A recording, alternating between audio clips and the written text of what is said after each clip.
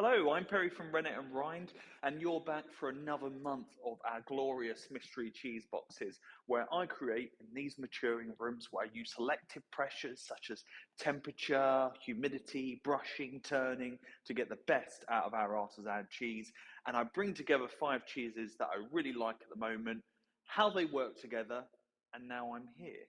So you should have got your 5 cheeses, you would have got your tasting notes in your box, you've got a lovely box of Peter Yarg biscuits in there as well to scoop your cheeses up.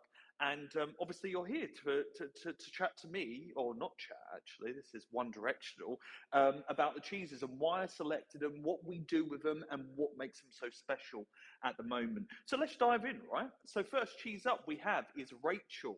So Rachel is made by White Lake Cheeses down in Somerset. The visual element, let's look at it straight away. You've got that pale white interior.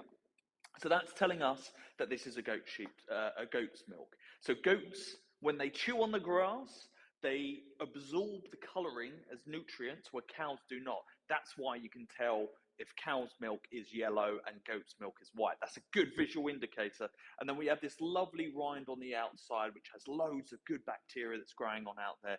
And we brush these down and we give them a little wash in a little brine solution to promote good bacteria around the rind, which creates amazing flavour. So you've got this cool, pliant, Alpen style kind of texture. It's pliant, it's slightly rubbery, to be honest, if you're going to go in there.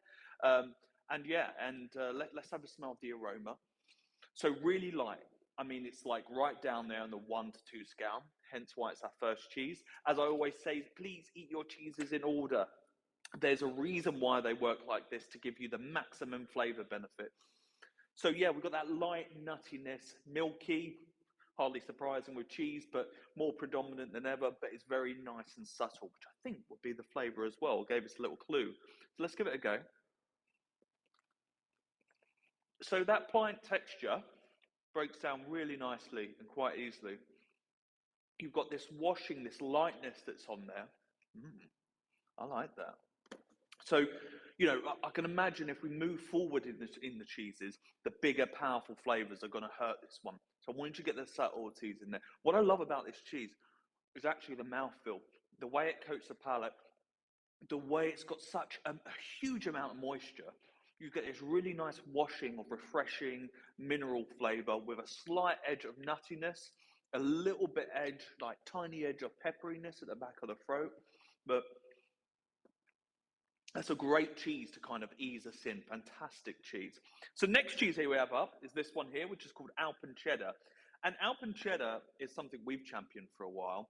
It's our only cheese which isn't technically fully British. So it's an experiment cheese, like a Frankenstein cheese. So this is curds from Bavaria and curds from our good friends down at Quicks. And they put those curds together and essentially you get AlpenCheddar. So it's like a marriage between the both. Alpen style, which Kraus, the maker of his Bavarian cheeses, is known for, and cheddar, obviously, Quicks being known for making their cheddar. So you've got this cool rind on the outside, a little bit of dusting, a little bit of peachiness on the outside. We wash this cheese just to keep that good bacteria on the outside growing. It's more of a mold situation, so live bacteria that we're inputting into the rind to really promote that exterior. In smell, it's a little bit dull. It's not as funky as you would think. We've got quite a funky one coming up. But you get that cheddar tang, but you get a real like fruity kind of vibe that's going in there. It doesn't smell like any cheese that I've known, and that's why I really love this cheese. So once again, we've got similar texture with the pliancy that's on the first one. So I've married 2 textures up with our first 2 cheeses. The smell is stronger. We're going to get a more defined taste, I hope, with this one. So let's pop it in. So more rigid than our other one, more chewy. That milkiness is carrying through from the Rachel. Beautiful roasted meat, savory flavor, like white chicken, almost stock cube-esque. That tang is there from the cheddar, so you don't feel like you're missing out on a cheddar. But the real deep, sort of real concentrated savory flavors are brilliant. It really coats the palate Really makes you feel quite full up. But that is a glorious example of this cheese. It's really good. Great. AlpenCheddar. Next cheese up. A firm favourite here, but it's been a while since it's been in our boxes. But we've had some big flavours from Alpen, and now I want to dilute that flavour and get you ready for some bigger flavours. So this is Cornish Yarg, made by Lina Dairies, Catherine Mead, legendary cheesemaker, lovely woman as well. And it's kind of a cheese that's kind of responsible for the British cheese renaissance. So essentially you've got, Yarg, Poacher, all these people are, starting the journey of us getting back at what we're really good at, making British cheese. But this is a garlic version. So there's garlic, kind of wild garlic leaves on the outside that are wrapped and painted on the outside that impart a bit of flavour. But as we can see here, you can see that it's a crumbly style cheese. Those cracks and openings that are emerging, the lighter colour moving towards a whiter cow's colour. This is Ayrshire milk, so very, very, very kind of powerful that milk is in terms of proteins, etc., that are in the milk. But you can see that crumbliness that's similar to a Wensleydale that's in there, and obviously these leaves that are on the outside, which just makes it a very pretty and striking cheese. So yeah, let's crumble it apart so we can see Wensleydale kind of crumbly style. Smell really fresh. That garlicky is in there in the back note, but fresh, light, lemony, bit of yogurt in there, but not so much, more on the kind of citrus edge if we was going to think about it. Let's pop it in. High moisture, garlic up front, which is nice, because that's a real difference to the last two. It really sets it. Now, the garlic is still there, prominent, really kicks up in the middle, and then pisses out that Wensleydale kind of style, crumbly style, that lactic yogurtiness coming through, but the high moisture content washing over our palates and kind of making the last two cheeses disappear. Really great cheese. You can see why it did so well, and it's responsible for why it is. So using that to cleanse our palate, we move on to our next cheese, Baronet, made by Juliana down in Wiltshire.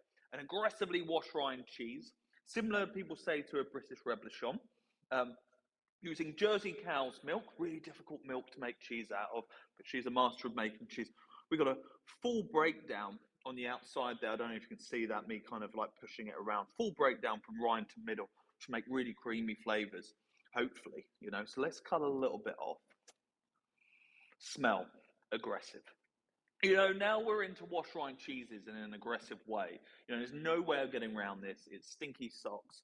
More like an aggressively fermented fruit that's coming off that rind, kind of what we would expect in a cheese, So let's pop it in.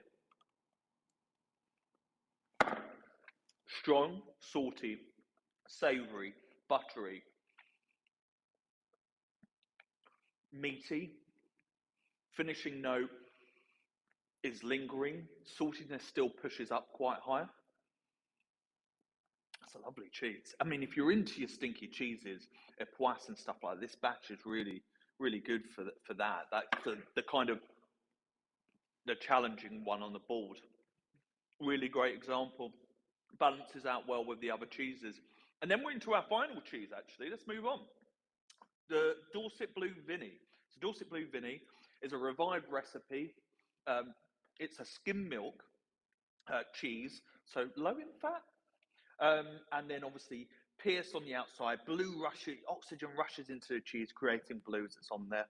And we've got this kind of even texture that we have on, so the blue is even over the cheeses. I should note actually as well that these are sample sizes for me. You're getting like 200 grams, so don't worry about these. I just can't deal with eating 200 grams of each cheese today. I've got a lot of tasting to do. To smell, lighter than expected. Hoppy that's there. I always find that in blue cheeses. There's a kind of like a sweetness to it as well. That's kind of indistinguishable in terms of putting into a category. Let's pop it in. Meal, kind of grain, slight bit of pepperiness at the back. real like bitterness at the end, which is there, which is always omnipresent in blue cheeses, which was what makes them great. That spiciness is there, but not in a big way. That's a really nice profile of cheese, actually. That's just a good kind of good traditional Stilton style that's on there. There's a freshness to it as well that kind of lifts the profile more in the interior of the cheese.